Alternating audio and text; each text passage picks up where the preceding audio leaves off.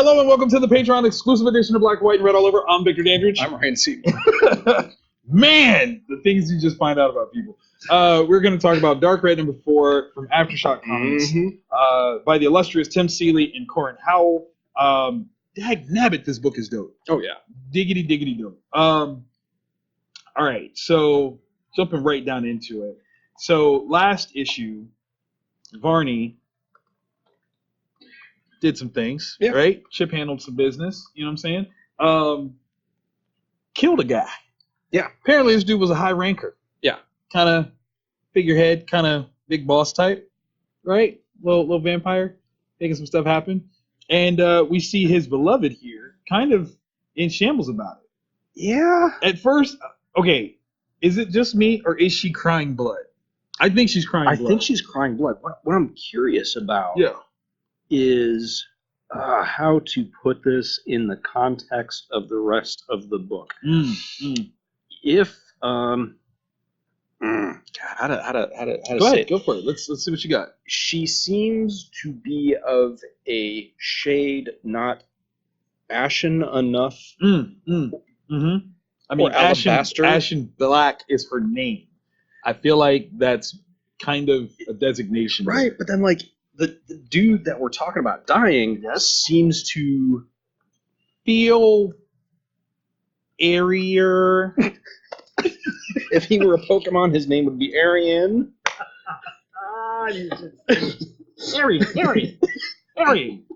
Arian Strike. Oh my god! Yes, that's what. That's what he would do. That's what he would do.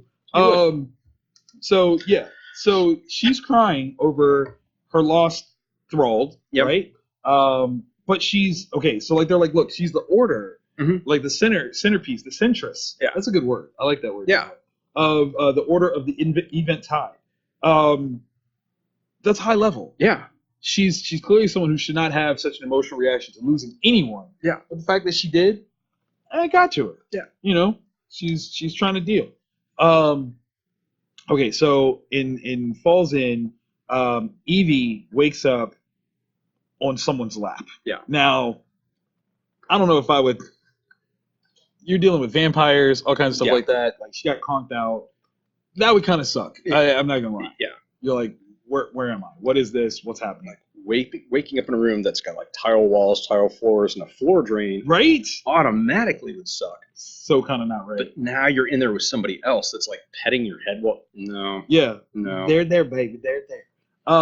And so she immediately, of course, is like, yeah, vampires, trash, don't like it. And of course, this lady, so very honest. Yeah.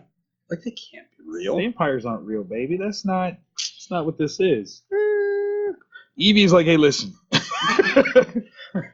Ordinarily, I'd agree with you, but nah. Listen, this is where we are. Okay, let's be honest here. This is actually serious, and it seems to hit her hardcore. Like this whole time, she's been sitting there in this room trying to deny the fact that vampires are real, and they killed her husband, the father of her unborn child. Yeah. And Evie saying this is like a nail in that coffin. Yeah, like you cannot. Like, just, it's real. Yeah. It's happening. Let's figure this out. Right. You're not ducking this at all.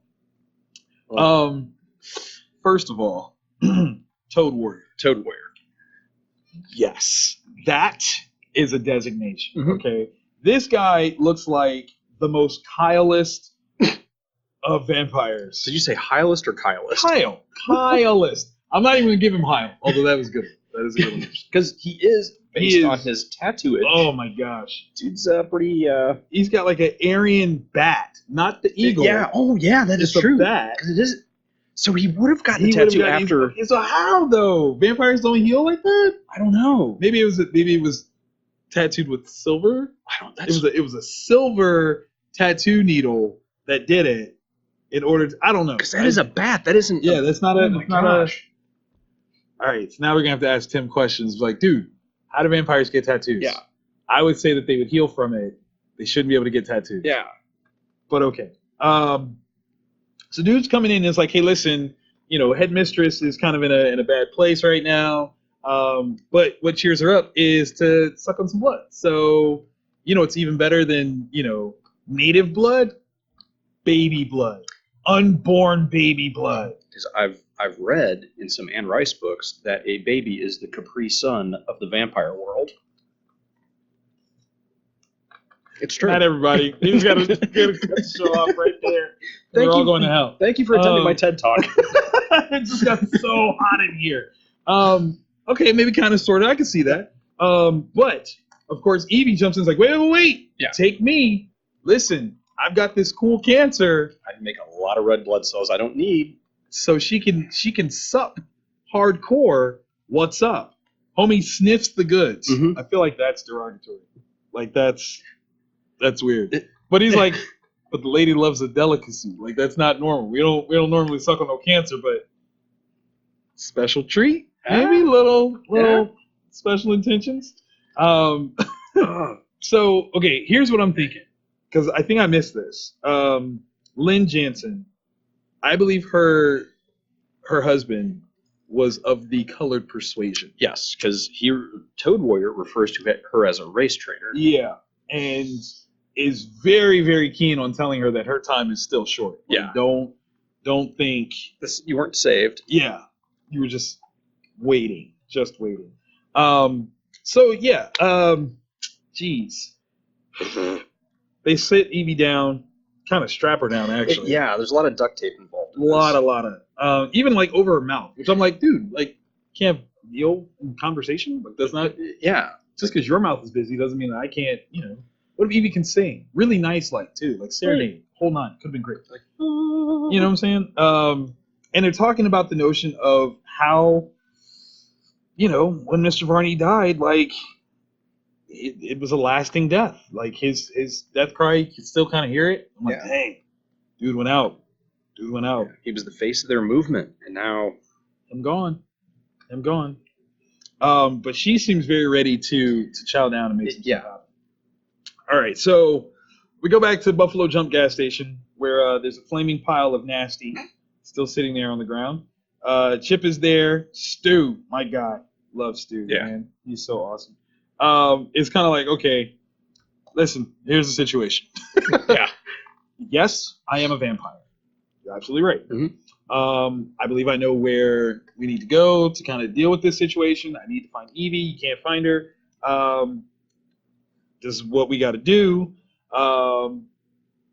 Here's the situation. Like, I got to, tell this lady, what the deal is. Yeah. The boys are afraid they're going to get vampire. Yeah, like, they're so certain of it. And good old Stu, man, he's like, look, if I can just get, like, one Nitro Blast banana. Just one slushy, you know what I'm saying, before I die. Come on, man. Just for old time's sake. And what I love is that, like, Chip is he's so giving. Yeah. He's trying to explain. He's like, look, dude, I'm not trying to kill you at all. Yeah. But I can't let you call the cops and ring the bell here. And explains why. Like, the vampires, they're out there. Yeah. But there's like 100,000 humans to every one vampire. Right. They're vulnerable during the day. Right. Your humankind would kind of wipe us out if they wanted to. Completely. So we got to be, because if word gets out, it's going to be bad for everybody. They got to kill everybody here so it doesn't get any further. Right. So in order to protect all of us, how about we keep this on the hush-hush low, and you just tell me where I need to go so I can go get them, because I think I know where it is. What's up? Yeah. So he starts, Chip is ready, dude. Yeah. He starts packing up. Garlic powder. Yeah. Cross-shaped air fresheners. Brilliant. Steaks. Yeah, literally make steaks out of broken shovels. Yeah. Dude is ready. I love the garlic powder. Like, that's the best. And as the REO Speedwagon starts playing over the PA, Stu just breaks it down. So brilliant. He's like, look, this is the great America, US of A. I'm a goddamn American. That's so real, man. Like, I felt his whole, like, this is up there with the president's speech from Independence Day. He is declaring that he is about this.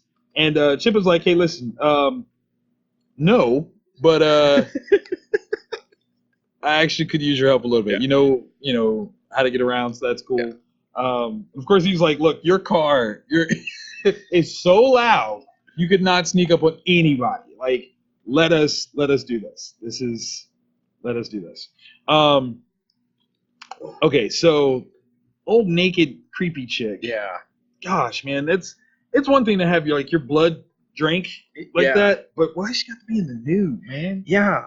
I'd feel super molested. And she ripped her shirt. Like, you could have taken the shirt up over an arm, then taped it back. Like, this could have been her favorite sweatshirt, man. This could have been an heirloom from like your father. Just rude. And you're just like, no, you ripped it just to bite my armpit. That's so terrible. So terrible. But yeah, so she's really loving eating Evie here. Like, she's like, oh, what a rare treat to taste your red flesh. This cancerous amount. She's delish. I love Evie though. I hope you choke on a blood clot. But boom. That's so hilarious. Now this is the part where I got a little like, ooh, no, you didn't. Yeah. Oh, now Indian princess, I think that's unfair. I actually have great respect for your people. Go on. We are kindred spirits. Yes. You too know what it's like to have your land invaded by outsiders, to have your country slowly taken from you until you're a minority in your homeland. Hold on. Stop. Where are you going with this? Yeah.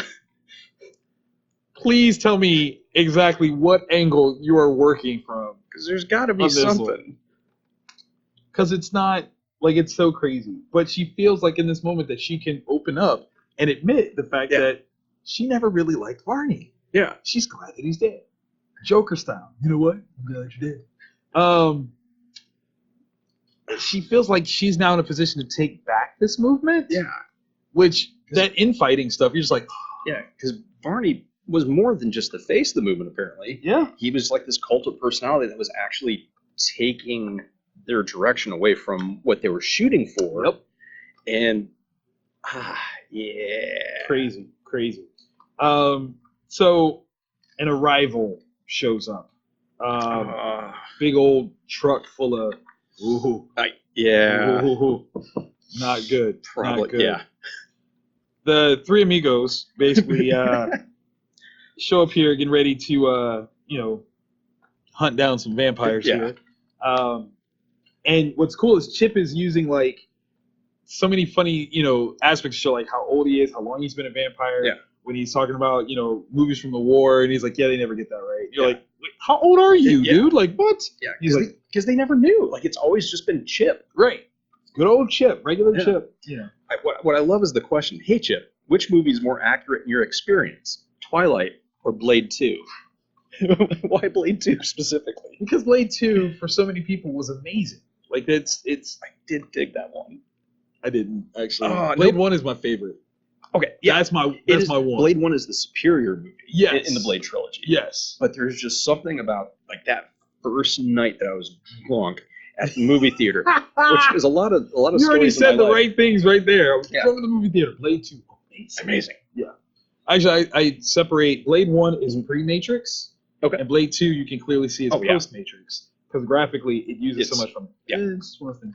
But what I love is his answer is like, I don't know. I really watch only old war movies. Like, that's it, dude. I don't watch new stuff. Documentaries and nature. That's where I'm at. All right, so they get into the place where Evie was being held, and they find Lynn, and she is roughed up, yo. Yeah. Like, a bit more roughed up than when we first or last seen her. Yeah. Like, it seems kind of bad. And they're like, oh my God, she's pregnant. This isn't good. It's horrible. Like, ugh. How do you kidnap a pregnant woman for like even though you're a vampire, right? Damn. But right, like standards, bro. Come on. Chip uses his mind powers to kind of suggest, like, hey, this is a bad dream. It's not real. Yeah. You'll be okay. And they're kind of like, dude, no, like, take it all away from her. Like, that's, you can't. Don't let her have any of this. Like, that's not okay. And unfortunately, he's like, look, if I push any harder, she'll be under my thrall, and then she really won't be like a full person. Yeah. And I don't want to do that to her. Like, Chip has a heart of gold. Yeah. It's an undead heart, but it's a heart of gold, man. He's so caring and, like, truly compassionate to human beings. Yeah. Absolutely brilliant. So here's the he's so homophobic. Cam is I take it back. Cam is my hero. Cam is my hero. He's so homophobic, and it's hilarious to see him devolve from being so homophobic to just actually being a good person. Because they're hunting a nest of Nazi vampires. Yes, and he's so worried about the gayness of being a vampire. He's like, dude, it's not all like that. No, you're sucking on other men. It's gay. You're like, calm down, Stu. Calm down. Cam is not that. Like, settle down. And what I love is that Chip knows there's something up with Stu. Yeah. And he's like, what is it? You know, what is the thing about Stu that everyone else knows that I just can't, I don't know what it is. Yeah. Like, what happened to him? What I love, though, is they're ready. They're seemingly ready.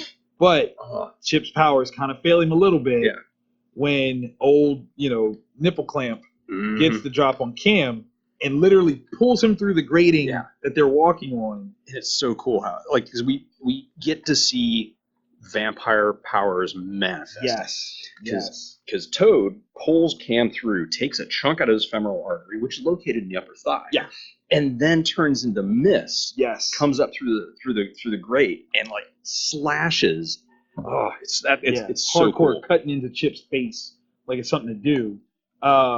Chip, of course, being very, handy, thrifty with his thought process, grabs Cam's gun, which of course he was like, look, guns aren't going to kill him. Yeah. You can't do that. But instead what he does is he flips it around, wood butt first, pow, into Toad's chest. Instant heavy stake. Yeah, because that's the thing. It's like Chip is compassionate. He's a good person. He just happens to be a vampire. Yep. But he also was in World War II. He was a trained soldier. He saw combat. Toad Warrior wasn't ready. He wasn't ready for an actual warrior. So him and Cam have this moment that is way too real. Yeah. He's like, look, am I gonna be okay? And he's like, no, you're not, dude. This, he got you in the artery. You're dying. Yeah, that's what this is. I'm gonna stick with you, but this is it. Tell me what what do you want me to do? And he basically is like, hey, listen, I tell you what, gotta watch Stu. You look after Stu for me because this is what happened to him. And you find out that, Stu was a man of the cloth, or he was attempting to be, and went to seminary and got molested. Yeah. And imagine what that must do to a person who is aiming to go into the field of faith. And the a people figurehead. Of that. Yeah. Yeah. Yikes, man. It's crazy. Yeah. So Cam goes out, kind-hearted, good dude. Yeah. God, and even more just character building. Because now when Stu comes back, you can see why he's broken. Yeah, completely. So Chip hears a very impassioned speech, we'll call it. Yeah. Really calling for the, I don't know, what would you call this? The rise up of vampire kind to take their rightful place amongst the superior, if you will. Yep, it says right on their hats. It does. Oh my god. And this crazy vampire lady declares Victor Varney might be gone, but will continue in the right direction. Vampirism for pure whites only. All other flesh is meat. It's, as rally cries go, it's clever. Yeah. It's definitely clever. Obviously, this isn't like a 23andMe sort of thing, because you're pure whites. That's gonna be real tough to come by. Yeah. In my opinion, I think you're gonna be like, wait a minute, this got 18%, 18% Northern African in this. Wait a minute. That also begs the question, okay, because they're coming at it vampirism started in Europe. Yes. But is that the only place where there were vampires? Maybe. What if there were some vampires that originated in, I don't know, South America? Whoa, Africa? Whoa. Obviously, those are sub-vampires, and therefore can't count. Clearly. But do they? listen, you draw lines in the Vampire Civil War, then you figure it out. Okay, like that's where we're going with this. All jokes aside, this is a fantastic series, man. I love this book. Because it does, like, you look at the vampire like as a story base, and you're like, there can't be anything new. Yeah, like this is Nazi vampires though. There we go. I hadn't seen that one. I had not seen that one coming. It's something new. It's brand new. You thought Nazis sucked before.